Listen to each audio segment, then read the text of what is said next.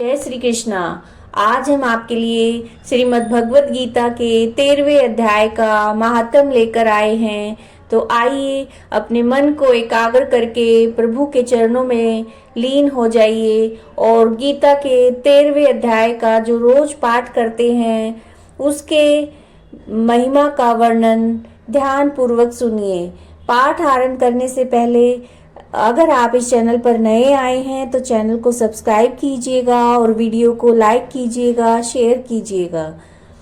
आइए हम 13वें अध्याय का महात्म शुरू करते हैं। श्री महादेव जी कहते हैं, हे पार्वती, अब 13वें अध्याय की अगाध महिमा का वर्णन सुनो।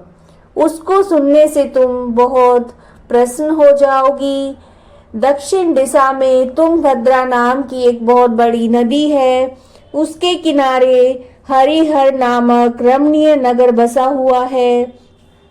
वहां हरिहर नाम से साक्षात भगवान शिव जी विराजमान हैं, जिनके दर्शन मात्र से ही परम कल्याण की प्राप्ति होती है। हरिहरपुर में हरि दीक्षित नामक एक क्षत्रिय ब्राह्मण रहते थे, जो तपस्या और स्वाध्याय में संलग्न तथा वेदों के पारगामी विद्वान थे। उनकी स्त्री थी जिसे लोग दुराचारिणी कहकर पुकारते थे। इस नाम के अनुसार ही उसके कर्म भी थे। वह सदा पति को कुवाच्य कहती थी। उसने कभी भी उसके साथ शयन नहीं किया। पति से संबंध रखने वाले जितने भी लोग घर पर आते उन सबको डांटती थी। स्वयं कामोन्मुक्त होकर निरंतर व्यभिचार के साथ रमण किया करती थी।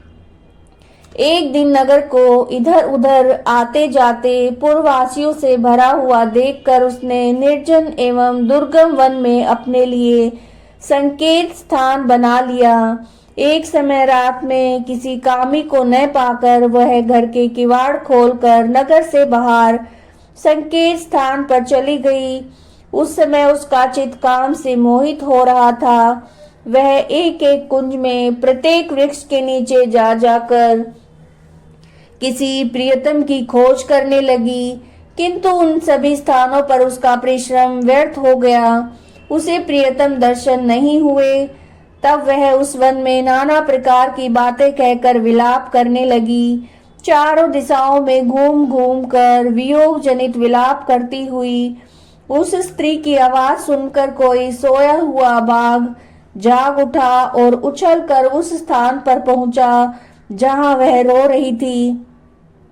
उधर वह भी उसे आते देखकर किसी प्रेमी की आशंका से उसके सामने खड़ी होने के लिए ओट से बाहर निकल आई। उस समय व्याघ्र ने आकर उसे नख रूपी बाणों के प्रहार से पृथ्वी पर गिरा दिया। इस अवस्था में भी वह कठोर वाणी में चिल्लाती हुई पूछ बैठी, अरे भाग, तू किस लिए मुझे मारने को यहाँ पर आया? पहले इन सारी बातों को बता दे, फिर मुझे मारना।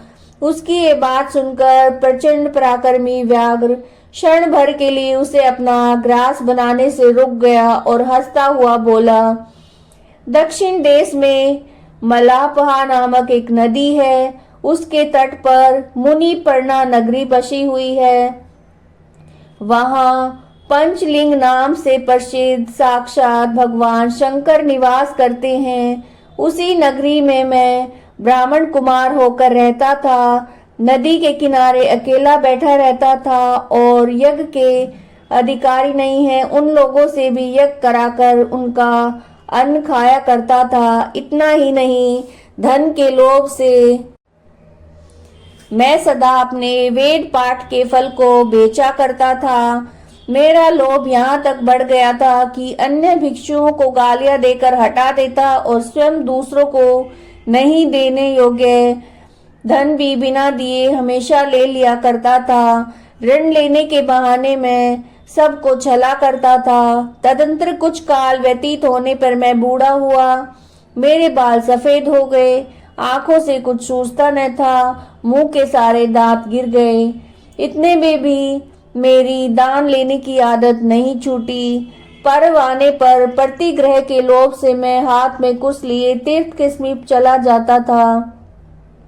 इसके बाद जब मेरे सारे अंग शिथिल हो गए, तब एक बार मैं एक द्रुत ब्राह्मण के घर जाकर मांगने खाने के लिए गया। उसी समय मेरे पैर में कुत्ते ने काट लिया। तब मैं मूर्छित होकर क्षण भर के लिए पृथ्वी पर गिर पड़ा। मेरे प्राण निकल गए। उसके बाद मैं इस व्याघ्र की योनि में उत्पन्न हुआ। तब से इस दुर्गम वन में रहता हूँ और अपने पूर्व जन्म के पापों को याद करके कभी धर्मिष्ठ महात्मा, यति, साधु पुरुष और सती स्त्रियों को मैं नहीं खाता। पापी, दुराचारी, कुलटा स्त्रियों को मैं अपना भक्ष्य बनाता हूँ। अतः कुलटा होने के कारण तू अवश्य ही मेरा ग्रास बनेगी। ऐसा कहकर वह अपने कठोर नखों से उसके शरीर के टुकड़े टुकड़े करके खा गया।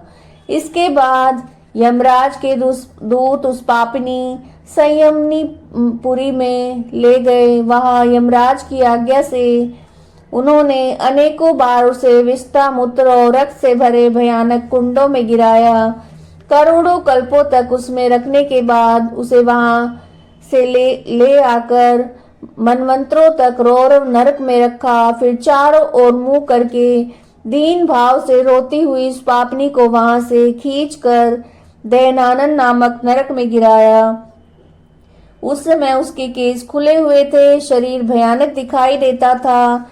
इस प्रकार से नरक यातना भोगते हुए इसके बाद वह इस लोक में आकर चंडाल योनि में उत्पन्न हुई। चंडाल के घर में प्रतिदिन बढ़ती हुई पूर्व जन्म के अभ्यास से पूर्ववत पापों में प्रवृत्त रही। फिर उसे कोढ़ और राज यक्ष्मा का रोग हो गया। नेत्रों में पीड़ा होने लगी। फिर कुछ काल के पश्चात वह पुनः अपने निवास स्थान को गई, जहां भगवान शिव के अंतपुर की स्वामिनी जम्बका देवी विराजमान है। वहां उसने वासुदेव नामक एक पवित्र ब्राह्मण का दर्शन किया, जो निरंतर गीता के 13वें अध्याय का पाठ करता रहता था। उसके मुख से गीता का पाठ सुनते ही वह चांडाल शरीर से मुक्त हो गई और दिव्य देह धारण करके स्वर्ग को चली गई। यह श्रीमद् भगवद गीता के 13वें अध्याय का महात्म था। अगर आपको वीडियो पसंद आई है तो लाइक कीजिएगा और चैनल को सब्सक्राइब कीजिएगा। जय श्री कृष्णा।